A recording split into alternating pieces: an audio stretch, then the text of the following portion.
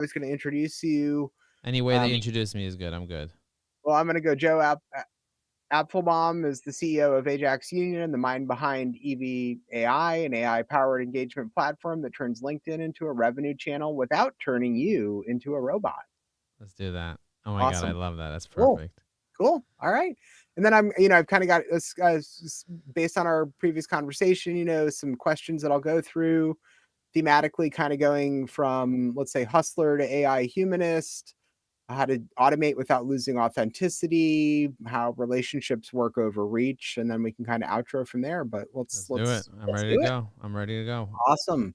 This is the first one I've recorded since coming back from vacation. Also, a 2.5 week Wow. California trip. So back Con- on the horse. Congratulations on that. That's huge. Mm-hmm. All right. I'm gonna hit record then, Joe. Let's go. Do, do, do, do, do.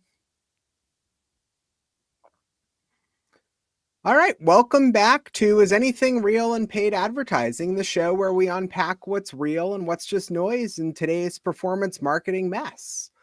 I'm your host, Adam W. Barney, and today's guest is a high energy disruptor who's not just building AI tools, he's building better relationships at scale. Joe Apfelbaum is the CEO of Ajax Union and the mind behind EV AI, an AI-powered engagement platform that turns LinkedIn into a revenue channel without turning you into a robot. Joe, welcome to the show. Thank you for having me on the show. I love the way you said that. It was so smooth. It's all about having fun in what we're building, right? Yeah. So there we go.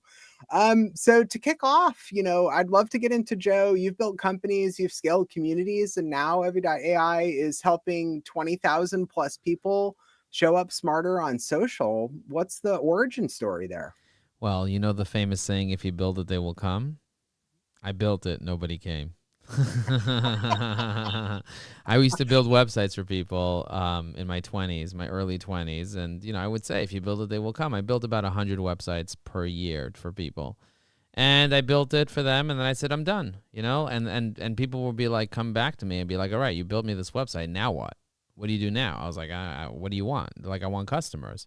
They're like, well, you didn't ask me for customers. You asked me for a website. I built you a website. We're done. But then I realized that they were willing to pay a monthly fee for me to get them customers. So I started researching things like SEO and SEM and paid advertisements and all that. And I got really good at SEO, and I started driving tons of traffic for people. And then that's how I built one of the fastest growing companies in the US, Ajax Union. We were doing SEO for companies. We serviced over 1,100 clients, generated millions of dollars in recurring revenue, very powerful. And I realized that not every client is created equal. Most businesses go out of business in 3 years. And so I realized the faster I help somebody grow their business, the faster they go out of business because they're not profitable. So if I take your business that's losing money and I put fuel into the fire, you're going to go out of business faster because you're not going to be able to handle the growth. And so that's what we saw. A lot of our customers are going out of business because we were accelerating their business, and then we were going out of business and we were losing customers, and our churn rate was very high. So I try to ask myself, how do I get really good customers that have established businesses? And the answer was networking. And so I got really, really good at networking, and I realized that I can do really good networking on LinkedIn, especially when Microsoft paid $26.2 billion for LinkedIn in 2016, about 10 years ago. And I got really into it, and people started asking me, Joe, you're so good at LinkedIn. You're generating millions of dollars in revenue from LinkedIn. Can you teach us? And I was like, I'm not a LinkedIn trainer. And then they're like, yes, you are. Teach me LinkedIn. And so I started teaching people LinkedIn. I got really, really good at teaching people LinkedIn. I made courses, generated over $1 million in courses. And then I realized a lot of the people I was teaching LinkedIn were not executing. Some of them were, like Sarah, she generated $500,000 in revenue in the first 6 months from the strategies I gave her. But a lot of people were kind of like just buying the course, paying $10,000, and then sometimes just not executing on the things I would teach them to do because they had writer's block, or they weren't sure they weren't sure, they didn't have the time, or whatever it is. So I realized when I was in Mexico running in 2023, January 2023, I was running in Mexico, and I was asking ChatGPT, I was like, hey, listen, I have all this expertise. I have an agency. I have a training company. I'm doing all this. How can I really impact 1 million people? And they're like, SaaS, build a software. And I was like, I don't know the first thing about software. So I said, you know what? Before I build the software, let me see if people are interested. I have 50,000 followers on LinkedIn. I posted on LinkedIn and I said, Is anybody interested in an assistant that's made out of technology, an AI assistant that will write up all your posts, comments, messages, and help you save profiles to lists and whatever ChatGPT told me to ask? So 500 people said they're interested. So I was like, wow, that's a lot of people need this. And so I made a checkout page on a Google Doc, and I said, buy it if you're interested. And if I get 100 people to buy it, I'll build it. I'm not paying to build it without getting people. That's the liquid death approach, right? To how do we can water? And we didn't can any, but we sold so much of it ahead of trying, right? And so I sold 100, and then I said, okay, hold your horses. We got to build something now. So I went and found developers and failed, and found developers and failed, and found developers and failed. And I realized, it's really hard building software. Even in the vibe coding world, it's really hard building real scalable, secure software. That's why it's so expensive. That's why the software is worth so much money. Right. So I went through the arduous process of spending a ridiculous amount of time, effort, energy, and money with my business partner. And we built a world-class software that now has 20,000 users in 37 countries with amazing testimonials. And you're a client, so thanks for being a client. And people are loving it. And then LinkedIn took notice, and they're like, we don't want you to be a LinkedIn assistant. LinkedIn is a trademark. You can't act like LinkedIn, because if you Googled LinkedIn assistant, we came on top of LinkedIn, #1 on Google, because I'm really good at SEO. Right. And so we started ranking for all the keywords related to LinkedIn, because we had linked the word LinkedIn 21 times on our website, and everybody was linking to us with the word LinkedIn. So LinkedIn got really upset, and they made us, they didn't make us, but they sent us their lawyers and everything, and they said, if you don't remove this, we're going to take action. And so we hired a law firm, and they said, you don't have to remove it, but if you want to, we would recommend it. So instead of being a LinkedIn assistant, we pivoted. We're no longer a LinkedIn assistant. Now we're a sales assistant. Right. So we work on Facebook, Instagram, Twitter. We work inside your CRM. We work with ChatGPT.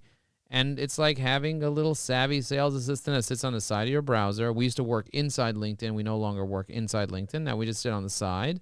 And if you need us to write a comment on a post, whether it's on any social platform, including LinkedIn, we'll read the post and write a thoughtful comment for you within 2 seconds in your own voice, in any language, with any LLM. So we work with Claude, with Grok, with all the different, with ChatGPT, with Gemini. You can select and you get unlimited access. And that's kind of the origin story. I don't know if I went too long on it, but I dig it. And I have to say, Joe, I appreciate you going there. One of the coolest things I've seen as a client of yours with Evie.ai is the Alt-G comment assistant and that persona-based post writing, right? So it just gets easier and easier and easier and easier, because now you just press Alt-G and the comment appears inside the comment box, and you're like, how did that happen? It's the magic wand.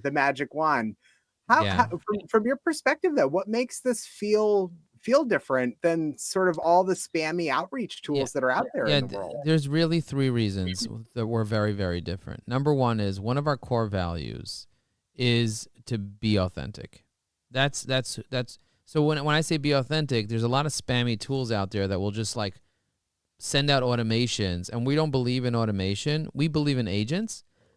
We don't believe in like things just automatically happening by themselves.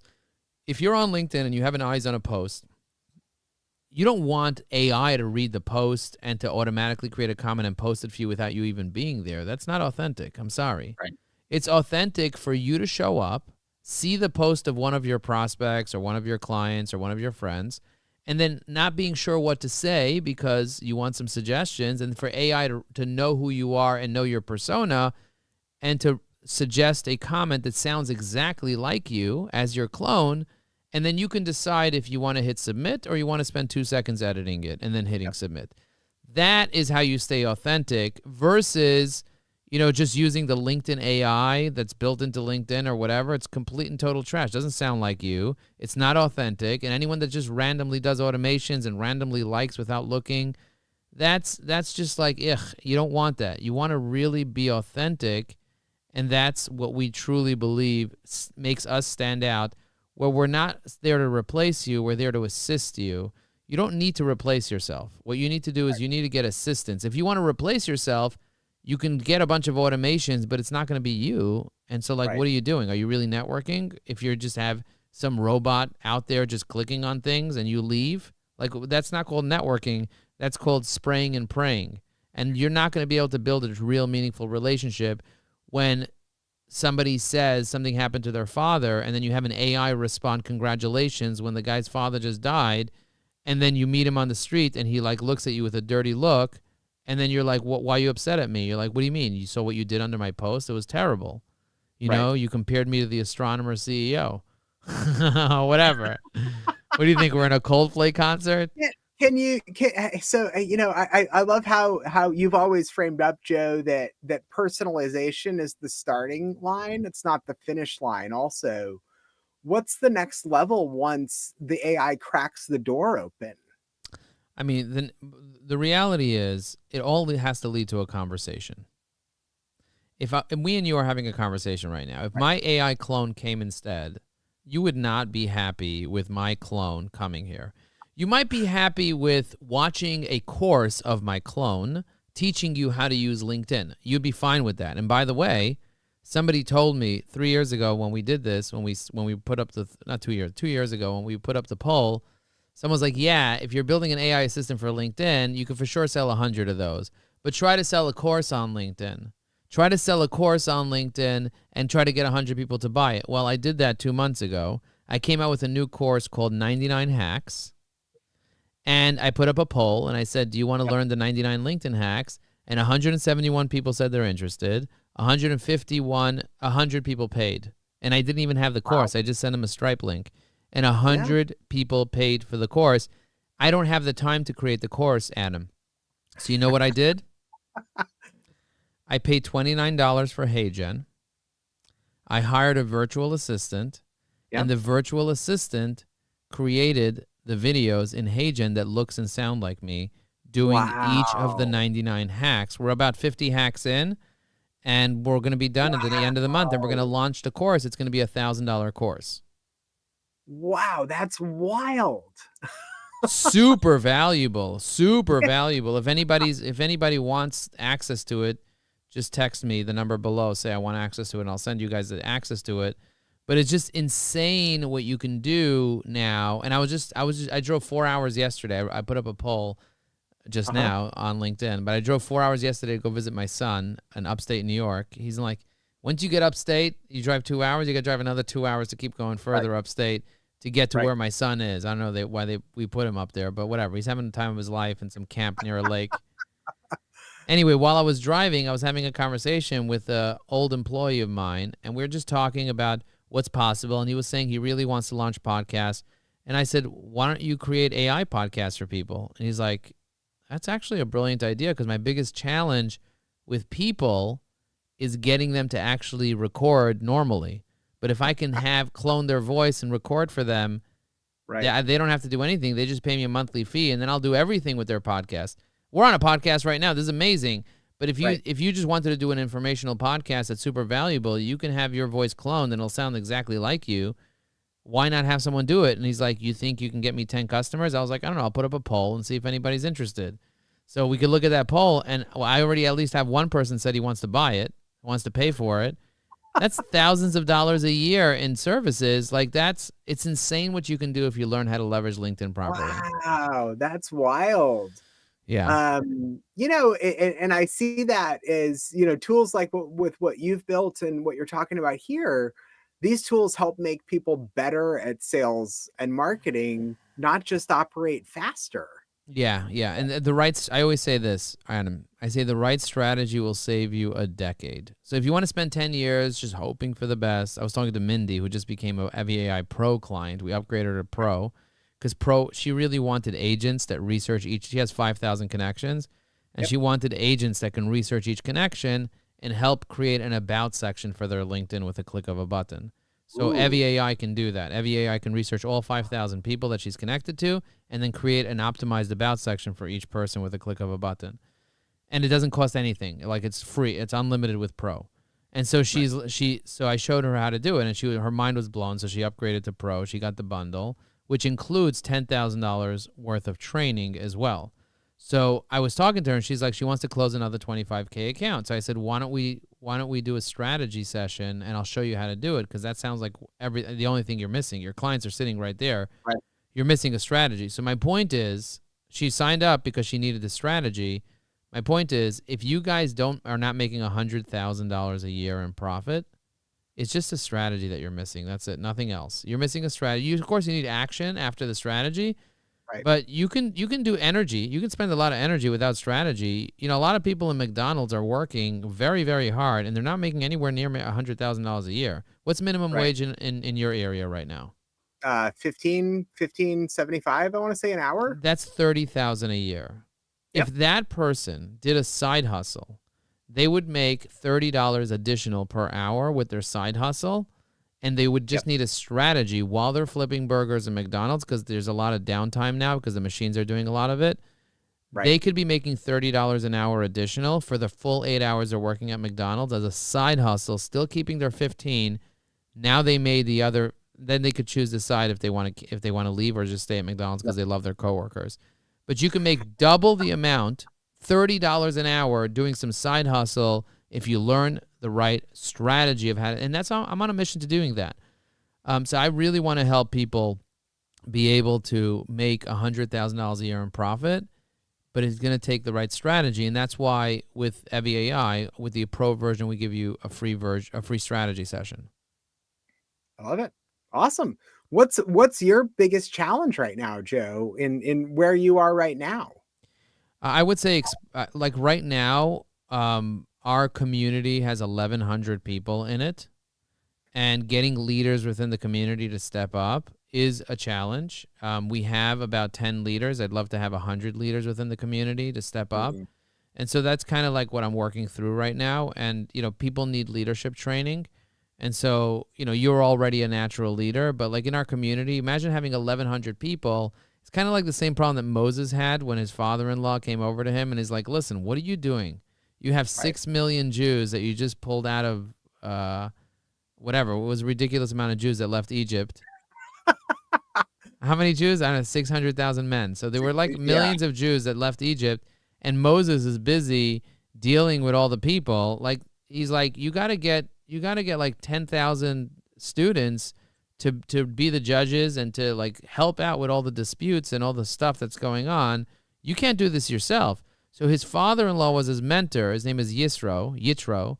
He was his mentor, and he mentored him to kind of go create leaders. So now I'm in the process of creating 100 leaders within our community. And, sometimes if you want gallons, you first need some leaders. Right.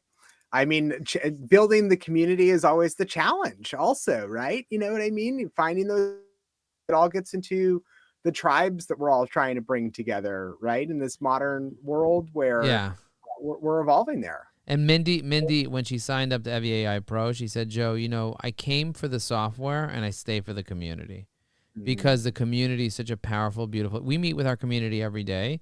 And again, we have 1,100 engaged LinkedIn users. When people start with the community, they usually have 1 or 2 likes on their post.